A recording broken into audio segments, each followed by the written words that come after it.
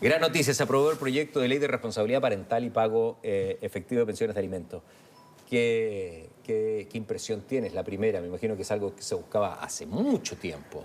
Bueno, nosotras como ministerio estamos muy contentas. Primero porque queremos destacar que el proyecto de ley se aprobó por unanimidad.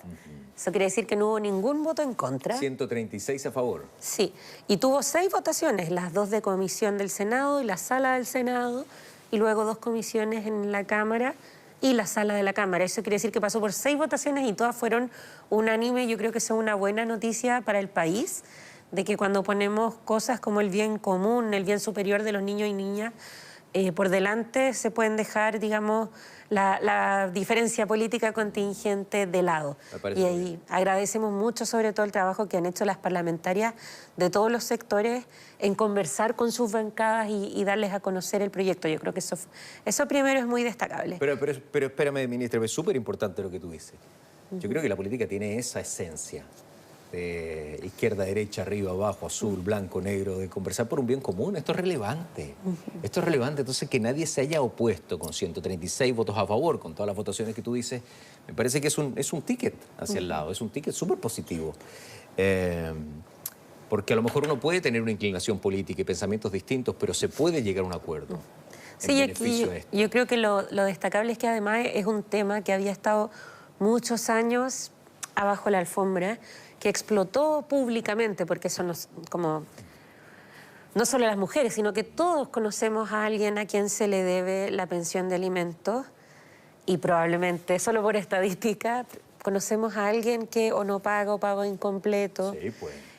Y por lo tanto esto era un problema social muy extendido y que explotó, digamos, a partir de los retiros, porque estuvo la posibilidad de retener el 10%, y fue precisamente a propósito de la discusión de los retiros que nosotras propusimos este proyecto, aprendiendo de lo que había ocurrido con los retiros. Ahí establecimos algunas cosas que son importantes. Primero, la responsabilidad solidaria de las instituciones financieras. Es decir, el sector privado también tiene un deber en cumplir en forma y en plazo con estos trámites. En segundo lugar,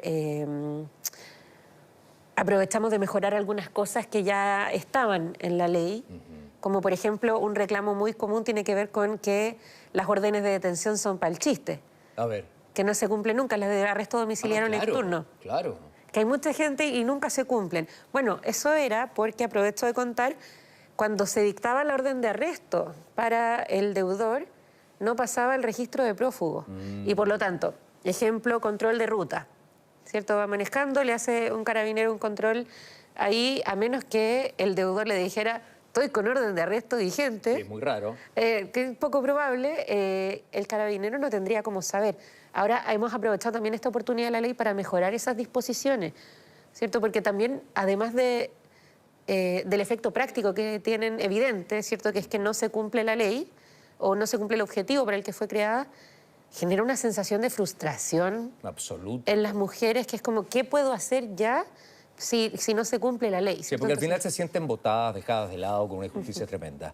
¿Qué es lo práctico para muchas mujeres que ven este noticiero? Y que las convido a que pregunten acá, aprovechando que está la ministra, en hashtag alerta pongan las preguntas y las dudas que la ministra obviamente puede responder acá. En lo práctico, ¿de qué va a servir? En lo práctico, lo que hemos tomado era una disposición que ya existía, que es la posibilidad de levantar el secreto bancario. Eso ya se podía hacer. Todas las personas tenemos derecho a que nuestras finanzas sean privadas. Bueno, yo no, y las autoridades no tenemos ese derecho, y eso está bien, por transparencia. Pero levantar el secreto bancario es algo que cuesta, porque hay que demostrar que hay motivos, ¿cierto? Y eso ya era una posibilidad en los tribunales de familia.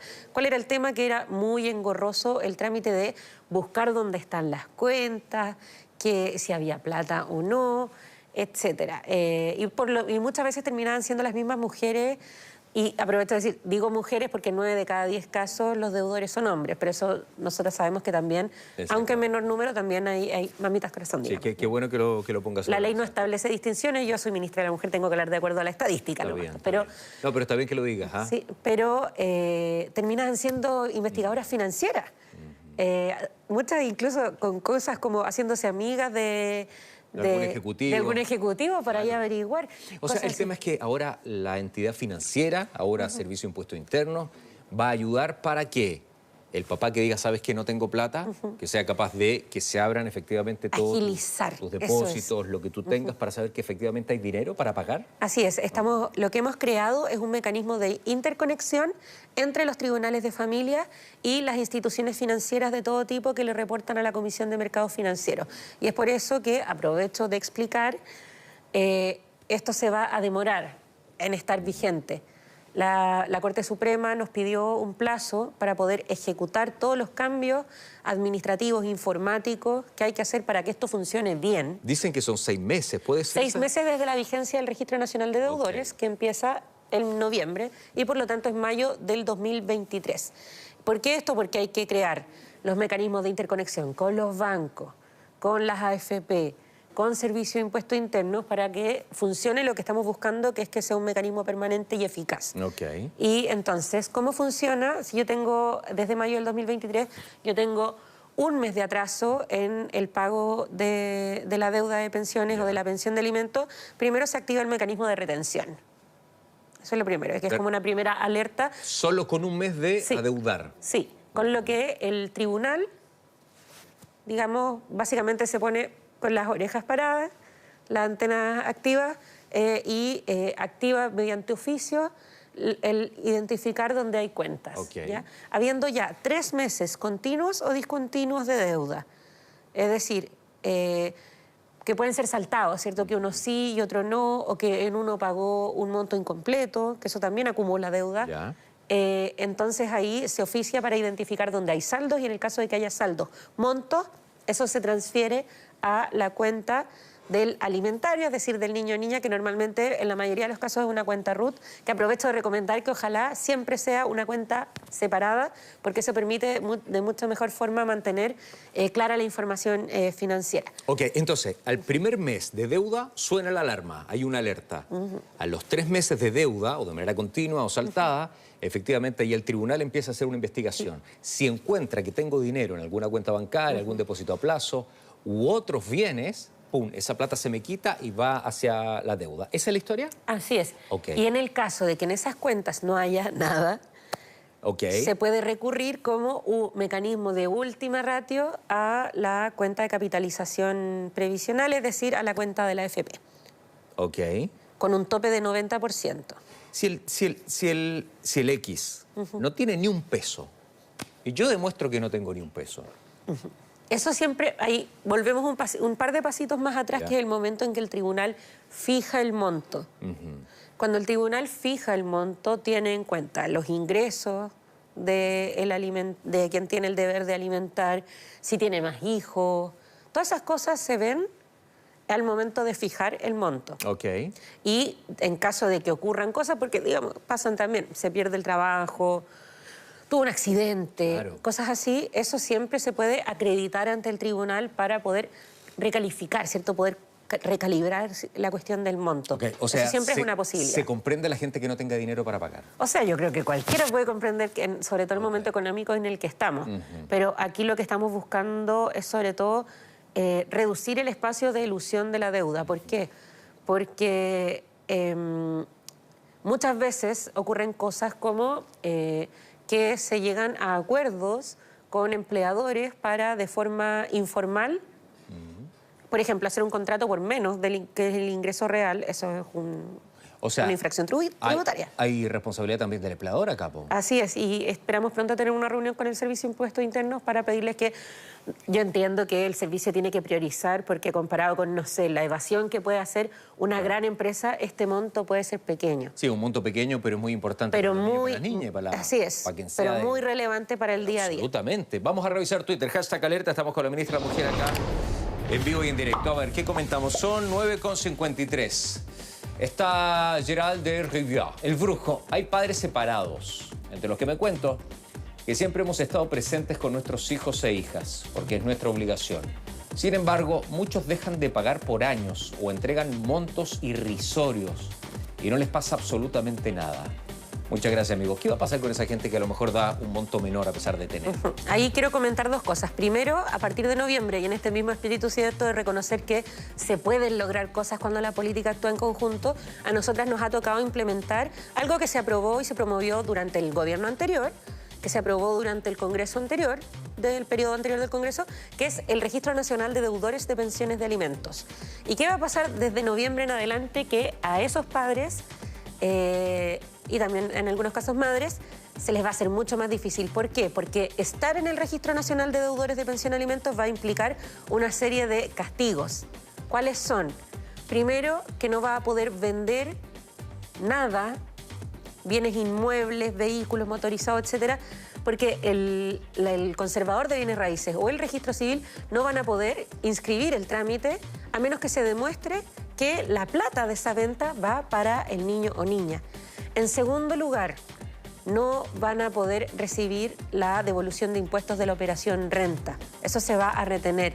En tercer lugar, quien esté en el Registro Nacional de Deudores de Pensión de Alimentos no va a poder renovar la licencia de conducir ni el pasaporte.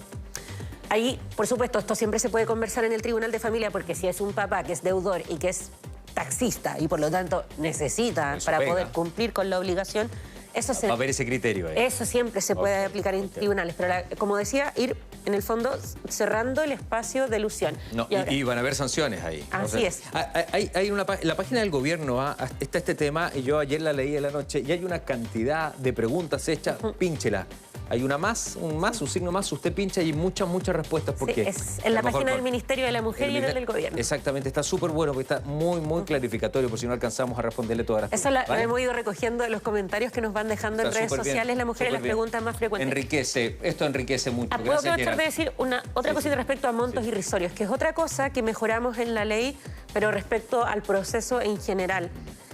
Hasta el miércoles, el Código Civil decía, en una parte respecto al monto que se fija, que el monto de la pensión de alimentos iba a ser fijado para que el niño o niña pudiera vivir modestamente de acuerdo a su posición social.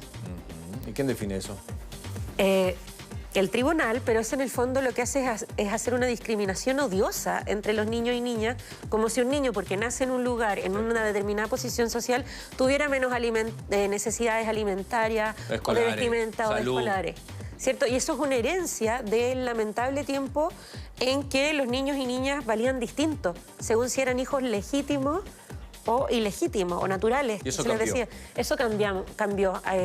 Dispusimos que ahora va a decir que el monto se va a fijar de acuerdo a las necesidades de desarrollo integral de los niños, sin distinción de posición social. Si es legal, si es legal, pero digamos, son esas cosas que se van encontrando. Pero no es una tontera eso. Gracias, Yera, por escribir. Vamos con otro, a ver. Kenita, ministra, mi hija de 19 años quiere demandar a su padre, pero ella debe buscar la dirección para notificarlo. Ella no quiere hablarle para pedirle su dirección. ¿Qué se puede hacer para un padre que está escondido acá? Esto es un gran problema en general, que es que muchas veces no se puede iniciar el trámite. Digamos, se hace la demanda, pero no inicia el juicio mientras no se notifique. Ahí lo más importante es poder, a través de asesoría jurídica, poder ayudar a encontrar qué dirección se puede ocupar, porque se pueden ocupar comerciales, laborales.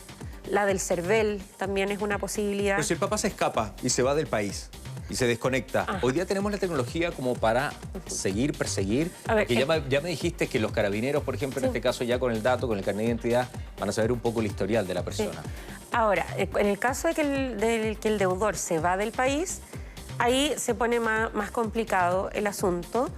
Y tenemos una opción es el tener el acceso a las cuentas de capitalización individual porque no tiene cuenta financiera en el país, si en el caso de que cotizó acá, y en el caso de que no haya cotizado, pero esté en un país donde haya bancos que tengan, digamos, sean filiales o, digamos, tengan los reglamentos de interconexión financiera con las instituciones que están dispuestas en esta ley, que son las que le reportan a la CMF, ahí hay posibilidades de también poder o sea, es súper relevante la información que entreguen las entidades financieras acá. Así es. La participación de los bancos, Servicio de Impuesto Interno, la CMF, es fundamental acá. Gracias, Kenita, ahí quedó la respuesta. Vamos con otro. Esther Cornejo, ministra, ¿se podrá cobrar deudas antiguas de pensión de alimentos en la nueva ley? Porque siempre hay lagunas, pagan cuando pueden, no cuando deben. ¿Es retroactivo o no? A la pregunta de Esther, yo creo que hay que distinguir entre varios escenarios. En el caso de que sea, por ejemplo, una deuda de pensión de alimentos en que ya hubo cese de pago, es decir, el alimentario, el niño o niña, ya cumplió 21 y no siguió estudiando, o cumplió 28 ya, digamos, terminó sus estudios. En ese caso, si ya el tribunal estableció el cese de pago, entonces no es retroactivo, pero sí ese niño o niña que fue, digamos, abandonado, básicamente, tiene la opción de una demanda civil que él mismo interponga. Otra cosa es en el caso de, porque, digamos, esto hay que tomar en cuenta que la mayoría de las deudas de pensión de alimentos no están judicializadas, y eso es lo que queremos cambiar, ¿cierto? Porque un acuerdo de palabra es muy fácil de romper. Y ahí tenemos otra situación posible, que es que no haya pagado y la deuda no está liquidada, ¿cierto? Porque muchas veces por legítimo cansancio, porque sienten que no sirve de mucho, las mujeres abandonan el curso judicial. Les queremos decir que aprovechemos este tiempo que tenemos hasta que la ley entre en vigencia para judicializar, para ejercer la liquidación de la deuda, para retomar los trámites, ¿cierto? Porque ahí se reactiva básicamente la deuda con esa liquidación mensual. Y hay otro caso posible, otro escenario posible, que es que la deuda nunca haya pasado por tribunales, que haya sido un acuerdo de palabra o que simplemente no se conversó porque se desentendió completamente. En esos casos, nuestro llamado es a que presenten la demanda para que en estos meses en que vamos a estar trabajando por implementar, pueda estar listo el trámite para que cuando esté ya operativo el sistema de interconexión, ese monto ya esté fijado por un tribunal y ya, digamos, esté como reconocía la deuda. Pero la deuda solo se reconoce desde el momento en que se establece la demanda. Okay, o sea, en el tribunal. Sí. No vale el acuerdo de palabra acá. La deuda de acuerdo de palabra no vale para atrás porque, digamos, es imposible de comprobar. Tú dijiste esto, yo dije esto, no hay papel firmado. Esther, gracias por todo. Voy con otro, Gavita. A ver, Lore Aguilar. Hola, buen día, Lore. ¿Esta ley de pensión de alimentos también aplica para la pensión de alimentos para mayores? Es decir, cuando los hijos somos demandados por los padres. Un abrazo. Gracias, Lore. Así es. ¿Sí? Toda disposición, digamos, en el Código Civil respecto a las pensiones de alimentos es para cualquier persona que pueda ser, en el fondo, sujeta de pensión de alimentos, y eso incluye a las personas mayores. Pero, asterisco, también otra cosa que aprovechamos de cambiar con esta ley es que establecimos que quienes fueron padres abandonadores, es decir, que no cumplieron con sus obligaciones ante tribunales, no van a poder demandar luego a sus hijos. Ajá. Digamos, porque ahí asumimos que hay un vínculo filial que se rompió y por lo tanto la obligación de los hijos de mantener, digamos, de pagarle pensión de alimentos a ese progenitor abandonador ya no corre. Ajá. Mira lo que me dicen acá también. Yo pago la pensión de mi hija, sagradamente, se llama Patricio. Pero creo que las madres deberían por ley justificar también el gasto del dinero, ya que no siempre se gasta en los niños. ¿Se investiga eso? Tú me das plata, yo te doy plata. Bueno, ¿hacia dónde va ese dinero? Cuando el monto se fija en el tribunal, precisamente lo que se hace es acreditar gastos. Ahora, pensemos en lo que implica llevar una casa. Por ejemplo, todo lo que puede gastarse en luz, porque el niño estudia, ocupa el computador, porque ocupa la tablet, todo eso no va a aparecer en la cuenta de la luz como estos son los dispositivos. No hay un desglose de luz. No, pues no va a aparecer este es el dispositivo electrónico del niño. Todo lo que implica los traslados. O sea, hay un montón de cosas que no se pueden acreditar como, por ejemplo, la compra de ropa o la mensualidad del colegio. Entonces, son cosas que claramente son gastos del niño. Pero hay muchas cosas que involucran criar y yo creo que ahí es importante entender la complejidad de la crianza también, que es bastante más que comprar cosas. Es mantener un hogar. Y mantener un hogar tiene muchos gastos que a veces se van confundiendo entre los gastos que piensan, pero esto es para la mamá. Bueno, si la mamá se compra un sillón para que la casa esté mejor, eso también es para el bienestar del niño. Y creo que hay que empezar a entender que la crianza es mucho más que proveer cosas materiales. Ajá. Ya los ponemos, Gaby. La Gaby me está marcando. La Gaby es mi directora. Aquí yo estoy dirigido por muchas mujeres. Hola, Gaby. Me encanta. Gaby, te saludó la ministra. Dice hola. Podríamos poner... oh, qué tierna, la amo. Me escribe Carlito, ya vamos a poner los Twitter. Mira, Me dice, soy separado, saliendo de un cáncer. Llevo 1 año de licencia médica. Tuve que avisar a tribunales de familia para pagar menos pensión. Pero en este año de licencia solo he podido ver a mi hijo 2 veces, ya que la mamá me pide que vuelva a ir a tribunales. ¿Cachai? Que acá también hay otro caso. Que vuelva a ir a tribunales Para ratificar que efectivamente después del cáncer de 1 año no ha podido ver a su hijo solamente 2 veces. Bueno, ¿cachai? Que la mamá le pide que vuelva a tribunales también. Aquí es importante que el pasar por el tribunal de familia es algo que protege en general todo lo que tiene que ver con, primero, las visitas, la tuición compartida, los alimentos, ¿cierto? Tener un acuerdo entre tribunales protege, en general, todos esos acuerdos. Y, por lo tanto, si hay un régimen de visita que no se cumple, eso siempre se puede acreditar y reclamar, ¿cierto? Porque el régimen de visita establecido por el tribunal también debe cumplirse. Ok, vamos con los Twitter acá en pantalla. Gracias a toda la gente que está enganchada hasta ahora de la mañana. ¿Qué me apareció ahí? Ya voy contigo, Ya, este se llama Ale Fechi. ¿Qué pasa si tengo fijada una pensión? Debe ser, no tengo dinero ni trabajo para... Ahí está. No es 1, sino que no tengo dinero ni trabajo para seguir pagando. Si me estoy equivocando, Ale Fechi, tú me corriges ya, pero estoy tratando de interpretar. ¿Qué pasa si tengo fijada una pensión y no tengo dinero ni trabajo para seguir pagando? Como decía, siempre se puede recurrir al tribunal para acreditar que se está cesante o que ocurrió, digamos, alguna calamidad, digamos, porque esas cosas pasan, que dio vuelta, no sé, pues hay gente, no sé, se le incendia la casa, cosas así, para que se vuelva a establecer el monto. Se pueden establecer también ante el tribunal acuerdos de pago de la deuda en cuotas. Todas esas posibilidades existen, pero hay que llevarlas al tribunal, porque lamentablemente muchas veces pasa que están en esas situaciones, pero los deudores se desentienden del proceso judicial. Es como, no tengo plata, no voy a ir. Claro. Pero precisamente el ir a acreditar la situación es lo que permite que se pueda generar un acuerdo validado ante tribunales. Entonces es importante que ellos también reporten esa situación. ¿Y qué pasa con el tipo que dice que no tiene y tiene? Bueno, para eso estamos metiéndonos con la información financiera, pues. Porque muchas veces, como decía, hay quien dice que no tiene ni uno. Hay casos, nos encontramos de todo en estos casos. Cuéntame alguno. Hay personas que le piden a amigos que firmen contratos por ellos o que tiren boleta por ellos para que ellos reciban el pago y luego se transfieren. Esa es una situación bastante común. Hay también personas que llegan a acuerdo con sus empleadores para declarar un sueldo menor al que efectivamente reciben. Hay quienes llegan a acuerdo para trabajar, digamos, en negro, en informal, y así, un montón de situaciones que traspasan bienes.